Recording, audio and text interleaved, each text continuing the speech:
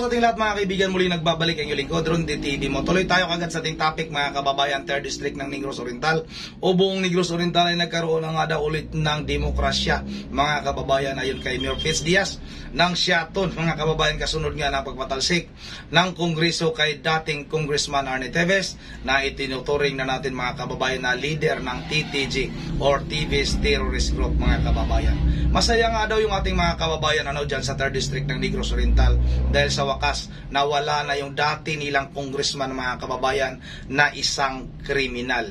Masaya na sila mga kababayan dahil pwede na silang magsalita na walang kinatatakutan, hindi katulad dati pagkumontra kadati sa kanilang congressman na sa ngayon ay nagtatago ng mga kababayan ay tipo ka, tigok ka mga kababayan. Sa ngayon nga mga kababayan, ayon kay Mayor Fitz Diaz ng Siaton ay malapit na rin gagawin yung kanilang mga plano mga kababayan kung sino ba yung tatakbo bilang kinatawan ng 3rd District ng Negros Oriental mga kababayan. Ang sa tingin natin dito mga kababayan, ang parang tatakbo talaga parang may naririnig na tayo ng mga usap-usapan na itong si Mayor Fitz Diaz ang tatakbo bilang kinatawan ng 3rd District mga kababayan. At sino ba yung makakalaban niya mga kababayan? Siyempre, nandoon naman sa kampo ng mga TVs mga kababayan. Nasa ngayon ay mayroon na rin usap-usapan na itong si Pride Henry TVs mga kababayan ay nagpapabango ulit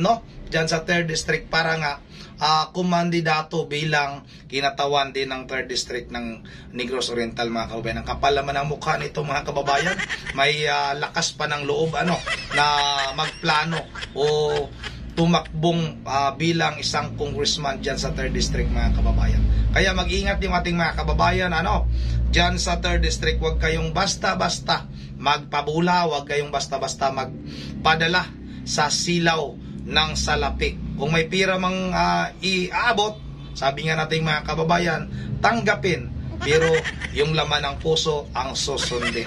Yun ang mga kababayan, napakarami din daw budget para sa 3rd District mga kababayan na idinaan ngayon kay Mayor Fitz Diaz at kay Mayor Janice Digamo mga kababayan para nga ibigay para sa mga nangangailangan ng tulong dyan sa 3rd District ng Negros Oriental mga kababayan. Ito na nga wag na nating patagalin, Bisaya ito mga kababayan i-translate lang natin ng konti sa Tagalog para naman maintindihan nating mga kababayan na hindi nakakaintindi ng Bisaya mga kababayan. Ito na, sabay-sabay na natin itong panoorin. Kalipay sa taga 3rd District ang pagkawala sa mga TVs dari sa 3rd District. Honestly, yun na. Mundo na ikuan. Sa dugay panahon nagpakahilom ang mga tao. Sa dugay panahon nahadlok ang mga tao. Karon nabalik na ang demokrasya sa 3rd District o sa Tibok Negros Oriental. Pero ang gipuli pud ana ang dugo ni agi matag celebration sa National Heroes Day, ang atong mga bayani sa una ni tulo og dugo o kinabuhi nga mahatag ang demokrasya sa Pilipinas. Karon gihimo ko na ni Gobernador Digamo diri sa Negros Oriental.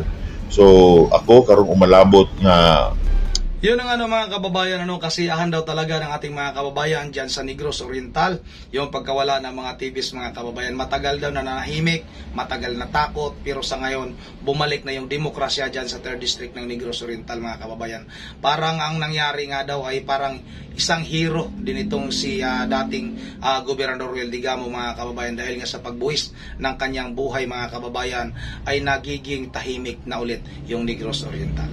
December 9 election, very positive me based sa among mga pagtuyok-tuyok dire na ang mga tawo nga gapakahilom mula nagapakahilom karon nga na-empowered na gyud ang katawhan, ilabi na kani mga pobreng katawhan na sila ang yun ang mga kababayan si Mayor Fitz Diaz ngayong darating na eleksyon, ngayong darating na December 9 mga kababayan, ito ngayong special election na gagawin dyan sa Negros Oriental.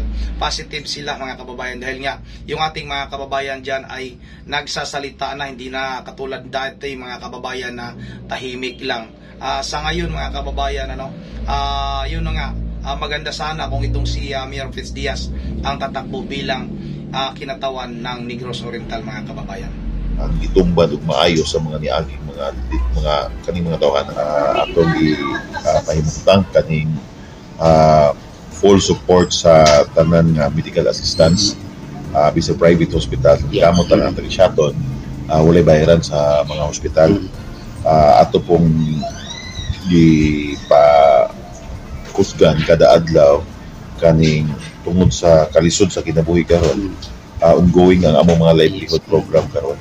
Ang among tilapia program, atong kisaganan mo negosyo tilapia, open ang among LGU sa pag-support nila, full support, libre pabangag, libre feeds, libre polyethylene host para nanagos na negosyo na tilapia. At the same time, napod tayo kuan karon kaning ongoing mo ang atong mga barangay election. Yes. So, ang focus sa atong mga barangay captain, focus po sa election sa ilang mga barangay. So, na-hold ang atong mga programa karon kay ang local government is not partisan sa local barangay elections. So, after sa barangay election, full blast na po ang mga pending programs para sa mga barangay. At ayun na nga mga kababayan, full support daw yung LGU ng Shaton mga kababayan para sa mga medical mission, yung mga humingi ng gamot mga kababayan kahit sa private daw, mayroon daw nilalaan yung LGU dyan mga kababayan ng Shaton. At mayroon din silang programa mga kababayan para sa ating mga kababayan na gustong mag-alaga ng tilapia mga kababayan. Magandang hanap buhay yan, tilapia. Pwede daw, libre daw yung pahukay mga kababayan.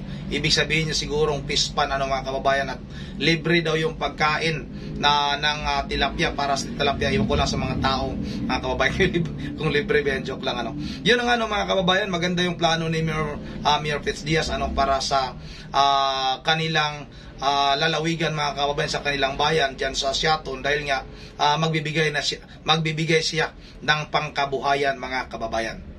Tagantag budget karon ng national government. Kung ako na sa'yo, 10 milyonis man na. So, at least 2,970 something ka mga taga-Shaton ang matagad karon og tupad diha sa jeep karon. So, pasalamat agdako nga full support gyud ang national government nato. Sa among partido, yun ang mga kababayan, may budget daw yung Shaton, yung LGU mga kababayan, galing sa national mga kababayan na 10 million yung budget nagkapasalamat na talaga itong si Mayor Fitzdiaz sa national mga kababayan dahil full support ito sa kanilang mga programa. Mo-announce ra niya kung kinsa ang among gituboy, basta og kinsa man ganina ang partido gud ang gatuboy ana. Kay we ask the kaning ang demokrasya sa pagpili sa partido amo po nang gihatag sa party members namo. So far na organize naman ang tanan. So mo set na lang big date sa maybe next week mo announce na kinsay among padalagan. Yun ang mga kababayan baka next week daw ay mag-announce na sila kung sino ba talaga yung kanilang pambato sa kanilang partido mga kababayan. Bibigyan pa ng pagkakataon na pumili yung partido nila mga kababayan, pero nga ang haka daw talaga, ang haka mga kababayan, hindi daw ang haka kung naririnig mga kababayan na itong si Mayor Fitzdiaz nga ang tatakbo bilang kinatawa ng 3rd District ng Negros Oriental mga kababayan, dahil pumunta na ito sa iba't ibang bayan ng 3rd District, at may nakikita tayo na mga larawan dyan na talagang dinumog si Mayor Fitzdiaz ng ating mga kababayan dyan sa 3rd District ng Negros Oriental. Nagising na nga mga kababayan yung ating mga kababayan na matagal na takot, matagal na nanahimik dahil nga sa mga kagawan ng mga TVs mga kababayan. Biruin nyo ba naman kung kukontra ka ba naman sa mga TVs dati, kaya talagang siguradong may paglalagyan ka. Katulad nga nung nangyari kay Jonar Barrios mga kababayan, tinuligsa ni Jonar Barrios yung Vice Mayor ng Bayawan, at siyempre yung Mayor yata ng Bayawan mga kababayan parang pinaparinggan dati ni Jonar Barrios alias Maoy mga kababayan, dahil nga itong si Mayor Fitzdiaz ay naglagay ng tarpaulin o nilagay yung tarpaulin ni Mayor Fitzdiaz sa isang programa ni Jonar Barrios mga kababayan. Kaya pinahinto siya ng Vice Mayor ng Bayawan mga kababayan. At yun na nga, ilang araw lang sa simula nung nangyari yun ay pinatay nga itong si Jonar Barrios alias Maoy mga kababayan. Yun ang para sa ating mga kababayan dyan sa Negros Oriental.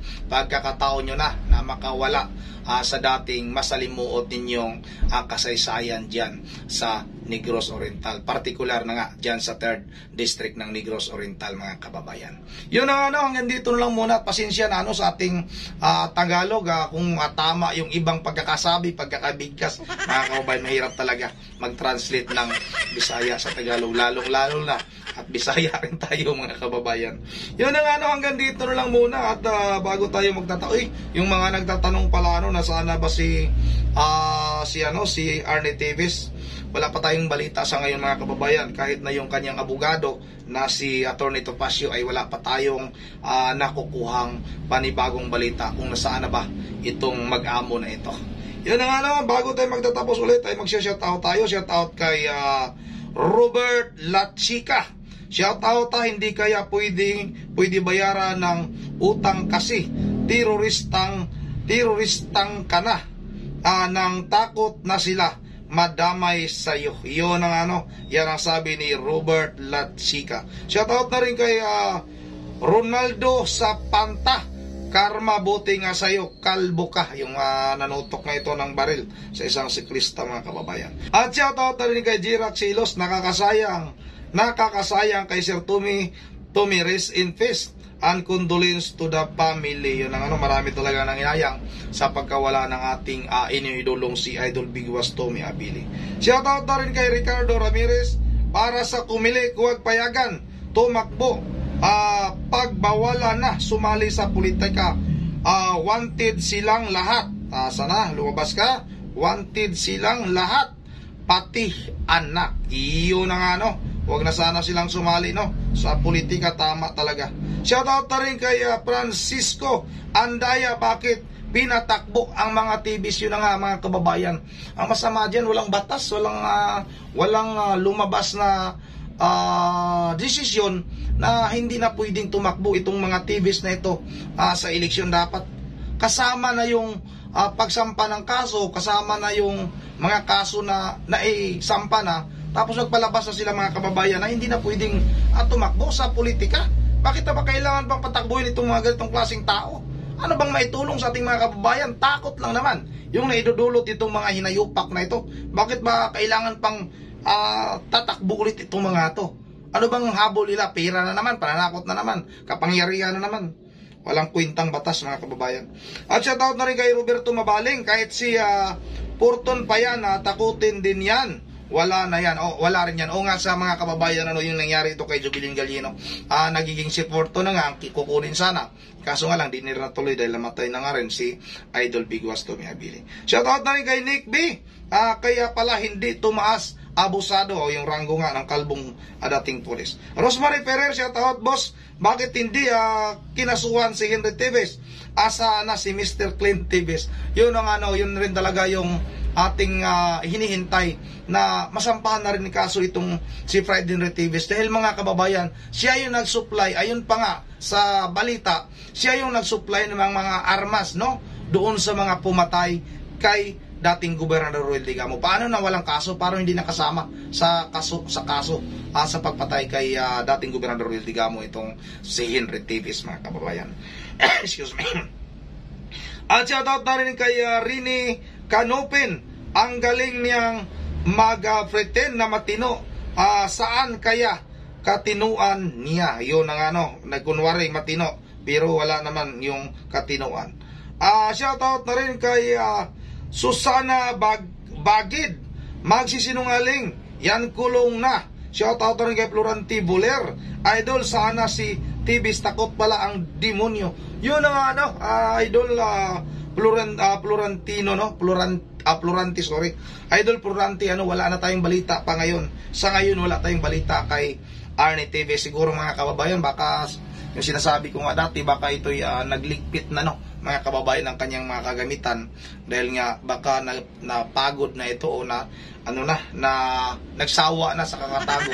Baka uwi na ng Pilipinas, naghanda lang ng kanyang mga kagamitan para nga dalhin niya sa loob ng Bilibid, mga kababayan. Yan na siya, tatay kay Ma'am Joyce, si Rondi TV. Good evening. Maraming salamat sa iyo, Ma'am Joyce ng Negros Oriental. Rosalinda Pahanon, shout out. Rosalina Paharon, shout out. Oo nga, hindi lahat nakatikim ng ayuda. Congratulations. Yun ang shout out kay Ma'am Virgie Berhel di Diyos ng Pulilan, Bulacan, shout out no. Uy, kanyang apo na si Coco, si Yuri at saka si Dion, hindi na natin na shout out yan, shout out sa inyo. Kay Roger TV, shout out. Kay Robert Magsino, shout out. Tanggapin ang pera, boto ang kursonada. Tama. Roberto Magsino, shout out. Ganyan ang style ni Rolito Go, may Baltic sa utak. Yun ang short shout out na rin kay Roberto Mabaling. Ang daming Roberto nito, 3 Roberto ang magkasunod, no? Dalawa lang pala, sorry. Mayroon pang isang Roberto dito.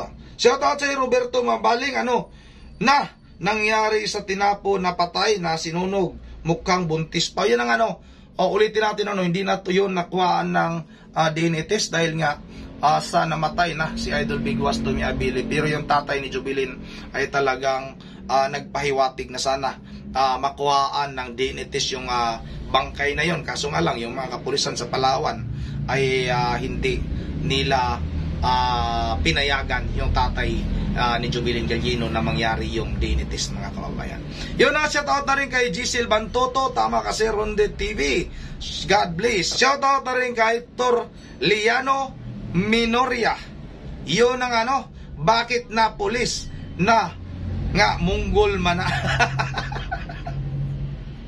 na pulis man si Wilfredo, ba yung mga kabayan, yung pulis na nanutok ng baril, bakit na pulis ang mongoloid man daw yun. Yan ang mga kababayan, hanggang dito lang muna. Tabol natin si Gildo Milido. Yun ang shout out, dapat tapusin muna ang kaso ng mga pulis na daming grabe ngayon, mga kababayan. Efrain De Los Reyes, shout out at kay Robert Tawadan, maraming salamat, shout out sa iyo, idol. Si Ronde, Merry Christmas po, malapit na kainin ng mga uod ang maganda to malapit nang kainin ng mga uod ang katawan ng hinayupak na na-dismiss na pulis na yan, ay hindi pa rin nagbago. Sarap gawing lato-lato ang ulo ng krimina, ng animal na yan. God bless po, Sir Ronde, ingat po kayo palagi. Maraming salamat sa iyo, Robert Tawadan. Yan ang andito lang muna, mga kababayan, at medyo mahaba na yung ating shoutout at malapit na yata, hindi pa na, wala yung ubo natin ng mga kababayan, pero parang malapit na itong malapit na itong gumaling. Yun ang once again, this is Ronde TV mo, ingat yung lahat. God bless bawat isa sa atin.